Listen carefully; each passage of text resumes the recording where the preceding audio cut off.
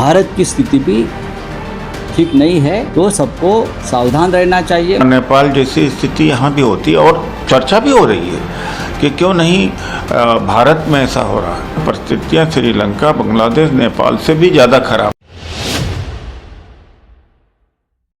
राम राम सभी को, स्वागत है आपका एक और न्यू डिबेट में। आप देख रहे हैं सनातनी हिंदी डिबेट। आज का सवाल जेन जी यानी नई पीढ़ी कहाँ जा रही है? क्या ये आधुनिकता की ओर बढ़ रही है या अपनी जड़ों से दूर जा रही है? यहाँ आज की बहस में जब सवाल उठा तो गौरव भाई और रोहित कुमार ने ऐसा जवाब दिया कि अनुराग भदौरिया की एकदम बोलती बंद हो गई। तो क्या जैन जी वाकई में भारत की ताकत है या हमारी कमजोरी? फैसला आप कीजिए, क्योंकि सत्य की लड़ाई ही धर्म की आवाज़ है। चलिए ये वीडियो शुरू करते हैं। प्रधानमंत्री के साथ पूरा हिंदुस्तान का नौजवान खड़ा है। अगर नहीं खड़ा होता तो मोदी जी बार बार इस देश के प्रधानमंत्री नहीं बनते। और नेपाल की घटना को, बांग्लादेश की घटना को, पाकिस्तान के कुचक्र को जो श्रीमान राहुल गांधी जी और राहुल जी की जो सेना है वंशवादी राजनीतिज्ञों की, जो विभिन्न दल हैं जिनके प्रमुख पदों पर राजा के राजवंशी बैठे हुए हैं। एक मिनट रुकिए ना भदौरिया जी, अरे छोड़िए ना एनसीपी की बात। आपके बीच बोल रहे थे, सुनिए आपको जवाब देते हैं। थथराई मत कीजिए, थथराई कीजिएगा तो लथराई मिलेगा। सुनिए, चुप रहिए, चुप रहिए। ये बड़ी अच्छी बात कही आप। एनसीपी शरद पवार की है। नहीं, एनसीपी शरद पवार की है। एनसीपी शरद पवार की है। अरे बता रहे हैं एनसीपी शरद पवार की है। थथराई कर रहे हैं। मैं आपको बताऊं, यहाँ बैठे जो साधारण पृष्ठभूमि के बच्चे हैं, ये थेथराई का मतलब क्या होता है? खड़े होकर बताइए। एक सेकंड, अनुराग भदौरिया को थेथराई का मतलब बताइए क्या होता है? मतलब अगर कोई बहुत ज्यादा बोल रहा है ना तो उसको बोलते हैं थेथराई कर रहा है। गजब बेइज्जती है करना एग्जैक्ट मतलब सतीश है। मुद्दों से भटकाने का प्रयास न हो। लद्दाख में जो घटना घटित हुई वो राहुल गांधी और अरविंद केजरीवाल जैसे कुकर्मी राजनेताओं के अखिलेश यादव प्रयास का देन है। क्या अखिलेश यादव भी समर्थन कर रहे हैं? अरे अखिलेश जी काहे नहीं समर्थन देंगे? अखिलेश जी खुद राजकुमार हैं। देश का जितना राजकुमार है, चाहे वो राहुल गांधी हो, तेजस्वी यादव हो, अखिलेश यादव हो, स्टालिन हो, उमर अब्दुल्ला हो, मुफ्ती साहब की बेटी हो, सब लोग एक हो गया है। और इस देश के जो साधारण सूत पुत्र हैं, ये सब प्रधानमंत्री के साथ खड़े हैं। बेरोजगार राहुल गांधी हैं, बेरोजगार तेजस्वी यादव हैं। अब देखिए, ये शेर को सवा शेर पड़ गया। बेरोजगार तेजस्वी यादव, बेरोजगार अखिलेश यादव। आज आपने गलत पंगा ले लिया। एनसीपी सत्ता बनानी रहती है तो आ जाओ, अपना दल आ जाओ, सत्ता बनानी है। राजभर जी आ जाओ, सत्ता बनानी है। तब तो आप रीजनल पार्टी को बुला रहे हैं, बैठ के फालतू वाली भाषा कमाल की बात कर रहे हैं। अरे क्या नौजवानों के बात पर हंस रहे हैं, शर्म नहीं आता है? अरे हंसना बंद कीजिए, थथराई बंद कीजिए, थथराई बंद कीजिए। आप थथराई कर रहे हैं, जवाब देना नहीं है। जवाब पूछ रहा है। आप क्या चाह रहे हैं? मैं प्रोग्राम को रोकूं? नहीं, मैं रोकना नहीं चाह रहा, इसलिए मैं बोला। ये तो मुद्दे लगा साला। भारतीय जनता पार्टी के साथ एक बड़ी समस्या हो गई है। उनसे बात जनता की करो तो परिवारवाद पे चले जाते हैं।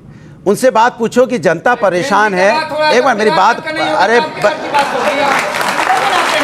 शांति शांति शांति। एकदम ही बौराहा बना रहे हैं, सबको देख लीजिए। एकदम बुड़बक बनाने पर अड़ गए हैं। अखिलेश जी को डिफेंड करने के लिए हरिहर बूसत पहन के इतना बुड़बक बना रहे हैं, लग रहा है कि इनकी दुकानदारी सच जाए। अरे ठीक है, अब बात तो सही है। पीछे अब मेरा निवेदन रोहित भाई, रोहित जी, अनुराग बोला, परिवारवाद के खिलाफ है। आप हारे हैं 17 का चुनाव, आप हारे हैं 22 का चुनाव, आप हारिएगा 27 का चुनाव, आप हारिएगा 32 का चुनाव। खड़े हो जाओ और घर जाइएगा, लिख लीजिए कागज पे। वो कह रहे हैं कि जनता परिवारवाद के खिलाफ है, यानी मुलायम सिंह यादव का बेटा बनेगा। और हिंदुस्तान आपके साथ ओके, गलत क्या है? सही है। आम नौजवान की बात को दबा नहीं सकते हैं। रोहित सिंह को दबाना चाहते हैं। रोहित सिंह जी, परिवारवादी नेताओं, मेरी बात, रोहित जी अनफेयर करें। भोंपुओं का बाइकआउट कीजिए, बहिष्कार कीजिए, बहिष्कृत कीजिए, अनुराग कीजिए। मैं आपको मौका दूंगा। लोग हैं। ओके अनुराग, लेट अनुराग रिप्लाई। रोहित जी को आगे करके उत्तर प्रदेश चलाने की साजिश समाजवादी पार्टी ने शुरू की। मेरा निवेदन है, एक सेकंड। अगर मैं इतना बोलता अमीश जी ना तो आप वहां से उछलने लग जाते। और यहाँ आ जाते। इतनी देर से व्यक्ति बोल रहा है लेकिन आप वहां से हिले अरे, नहीं। आप ये नौजवान देखिए को कितनी दबाइएगा। गलत बात है।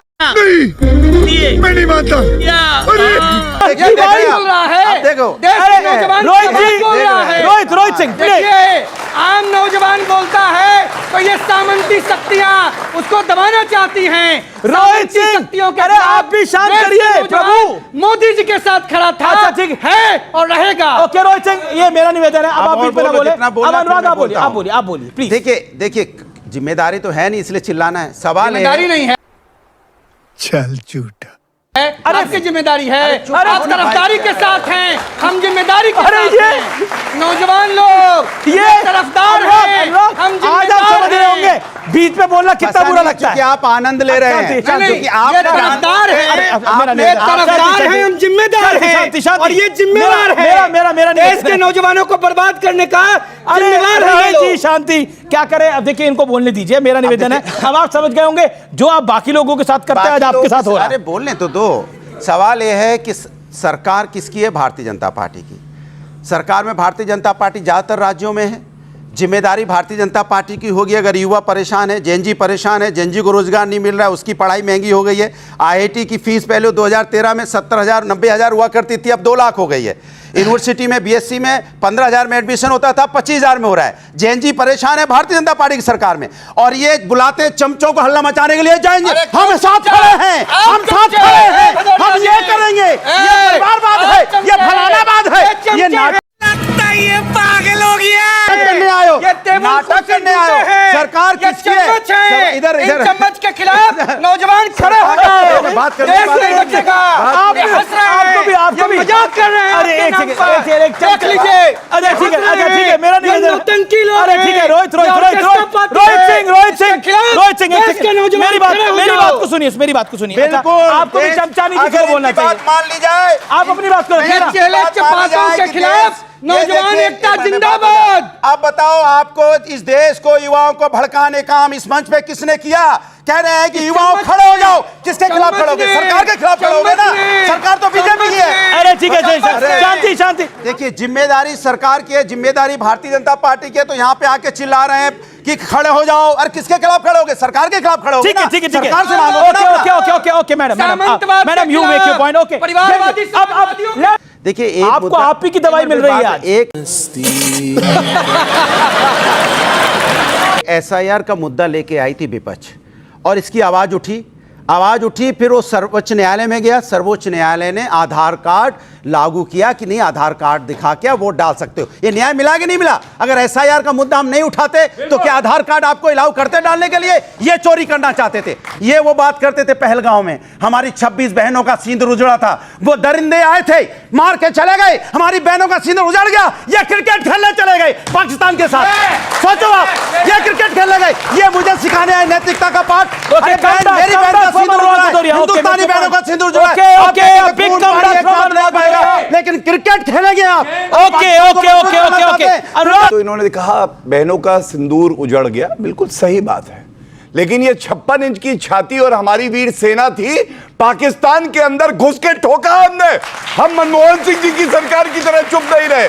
और मेरी बहन के सिंदूर से मुझे एक बात और याद आई।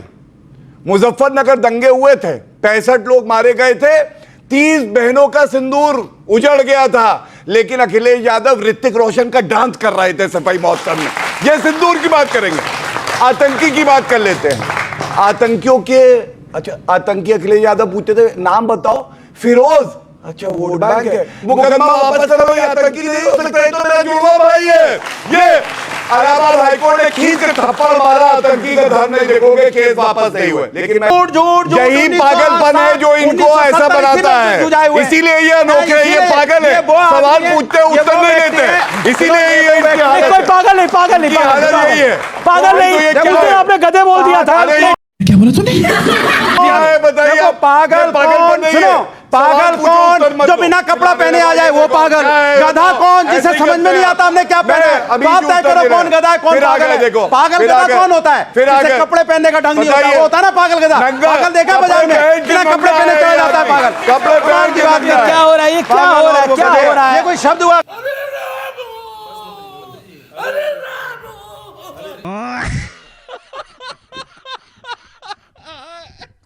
तो दोस्तों आज की इस रात्रि हिंदी डिबेट में आपने देखा कि कैसे झूठ आपने सामने आया। अब फैसला आपके हाथ में, क्या आप हमारे साथ सत्य की लड़ाई और धर्म की आवाज़ बुलंद करने के लिए तैयार है? अगर हाँ तो इस वीडियो को लाइक करें, कमेंट करें और अपनी राय ज़रूर लिखें। और सबसे ज़रूरी चैनल को सब्सक्राइब करना ना भूलें, क्योंकि आपकी आवाज़ ही हमारी ताकत है। तब तक के लिए जय श्री राम।